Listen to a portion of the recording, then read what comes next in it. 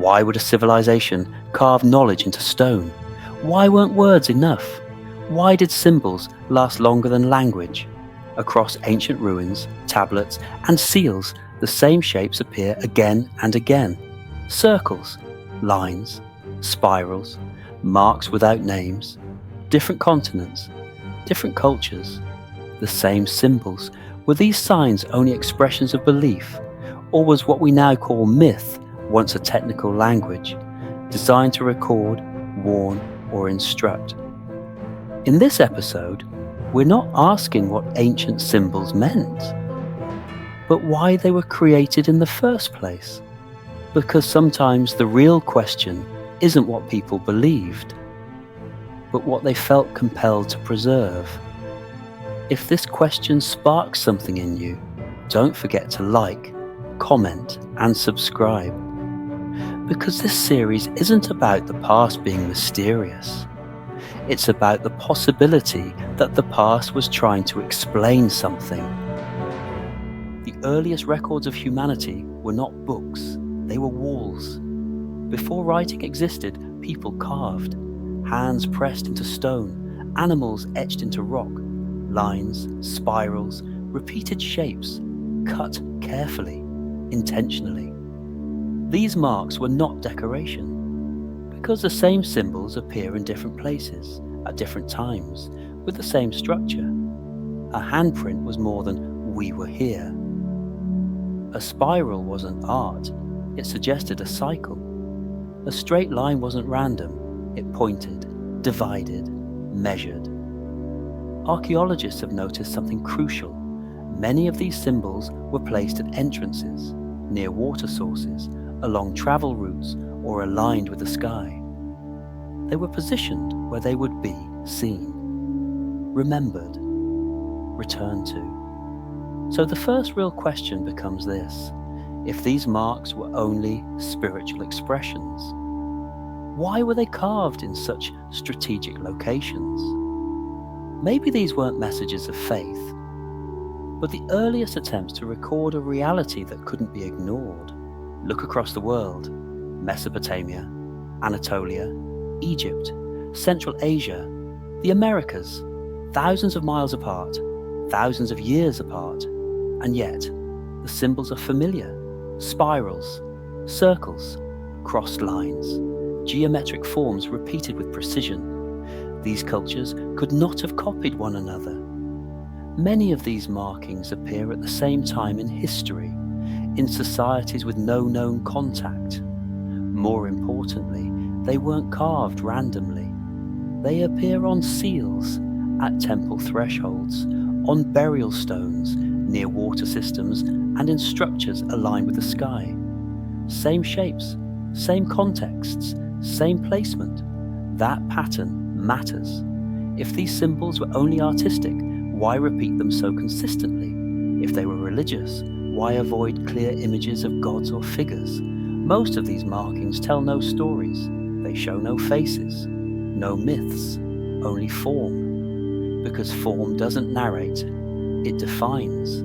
And definition suggests purpose. So the question sharpens.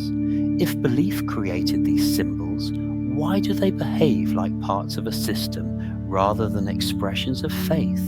A seal was never just decoration. In the ancient world, a seal meant authority. It validated ownership, confirmed decisions, replaced spoken agreement. Pressed into clay, a seal turned a symbol into an action. And here's the critical detail: the symbols used on seals match the markings found on stone walls and rock carvings. The same spirals, the same crossings, the same geometric balance. This suggests something important. These symbols were standardized. A system cannot function if every sign means something different to every person, which means these markings weren't personal expressions. They were commonly understood. In Mesopotamian cylinder seals, Indus Valley stamps, and Anatolian seal stones, the same visual logic appears. These seals didn't tell stories, they defined conditions: who, where, when, under what authority. Notice what's often missing: gods. Because seals weren't prayers, they were interfaces. So ask yourself, if these symbols were purely sacred, why were they designed to be so precise, repeatable, and operational? Perhaps long before myth, symbols were a form of communication. At first glance, a symbol looks decorative, but place enough of them side by side and something changes. Lines don't wander randomly, angles repeat, circles divide evenly, spirals expand in controlled ratios. That isn't ornamentation, that is measurement. Decoration allows freedom, systems demand consistency. Researchers have found symmetry, proportional spacing, and even growth patterns mirroring natural cycles within ancient symbols, especially spirals and circular forms. They align with processes found in nature: seasons, water flow, planetary motion, biological growth. This raises a possibility most myths ignore. What if these symbols weren't representing something, but describing something? A spiral might not depict a god, but a process. A crossed line might not be sacred, but a point of intersection between events. Seen this way, symbols stop being symbolic. They become functional. And here the perspective shifts completely. If these markings describe a system, they were meant to be read, not believed, not worshipped, understood. Which leads to the deeper question: who was meant to read them? The people of that time? Or someone who would come later when the pattern reappeared? A symbol has no power on its own. Its power lives in the mind that looks at it. Two people can face the same mark. One sees something sacred, another feels fear, a third learns how to use it. In ancient societies, symbols were not only tools of meaning, they were tools of power, because understanding a symbol created separation. Those who could read the signs held authority, those who couldn't followed. Over time, technical knowledge was surrounded by ritual, not to mystify it, but to protect it. When understanding fades, reverence replaces it. Human psychology avoids uncertainty. When meaning becomes unclear, the mind fills the gap with belief. That's how functional symbols become sacred icons, how instructions turn into taboos, how systems turn into myths. What once explained reality slowly becomes untouchable. So consider this: what if many symbols we now call mystical were once perfectly clear? And what if sanctifying them wasn't devotion, but a way to preserve control over knowledge no longer fully understood? Because power rarely comes from mystery itself, but from who controls the interpretation. A symbol may be carved in stone, but its meaning is not. As generations pass, the creators disappear. The users fade. Only the shape remains. For the first generation, the symbol is information. For the second, instruction. For the third, tradition. For the fourth, reverence. When the chain of understanding breaks, memory steps in to replace knowledge. And memory doesn't preserve details. It preserves impressions. A mark that once guided movement becomes a sign of destiny. A spiral that tracks cycles turns into eternity. An intersection that marks convergence becomes a meeting of gods. Function dissolves. Emotion survives. This isn't failure of intelligence, it's human nature. The mind simplifies complexity. It turns systems into stories so they can be remembered. That may be why ancient symbols still feel powerful today. We don't read them, we feel them. But feeling is not understanding. So ask yourself, if these symbols once carried knowledge, are we now reading them with the wrong language? Perhaps the symbols never changed. Only human memory did. There's another detail that's hard to ignore. These symbols don't just look alike. they appear at the same points in time.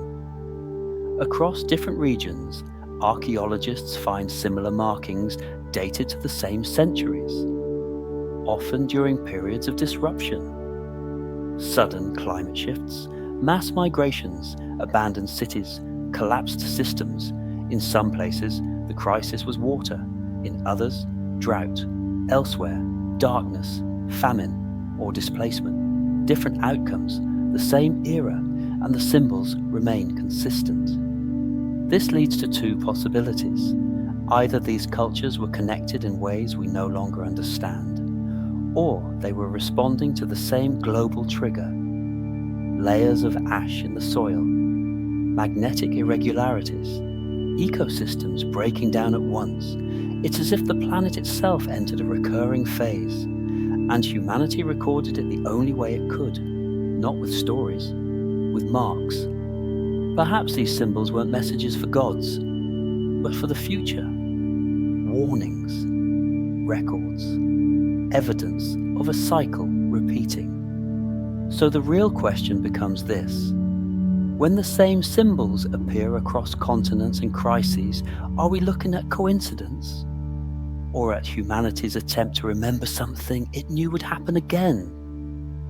Because sometimes history doesn't speak, it leaves signs.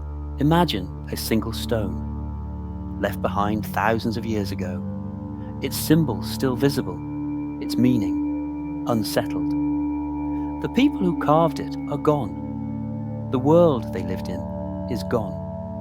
Yet the mark remains. That raises a final possibility. Maybe these symbols were never meant only for the people who made them. Warnings aren't carved for the present. They're left for those who come after. Perhaps ancient seals and symbols weren't created to honor belief, but to record a pattern. And maybe we're standing inside that pattern now. That could explain why the same symbols keep resurfacing. Not because they're decorative, but because the message hasn't expired. So here's the last question. If these symbols were part of a technical language, was the reader meant to exist back then, or now? In the next episode, we'll explore why these symbols were placed at thresholds, gates, and points of transition. Because sometimes the message isn't hidden in the symbol, but in where it was left. This is where the episode ends. But not the question. Were ancient symbols simply expressions of belief? Or were they humanity's attempt to preserve something it couldn't afford to forget? Perhaps these marks weren't left for gods at all, but for a future mind capable of reading them differently. If this episode left you with a thought, a doubt, or a new way of seeing the past, share it in the comments. Like the video, leave a comment, and subscribe if you want to follow this path further. Because in the next episode, we'll examine why these symbols appear at gates, crossings, and points of passage. Maybe the past never told us stories. Maybe it only left signs.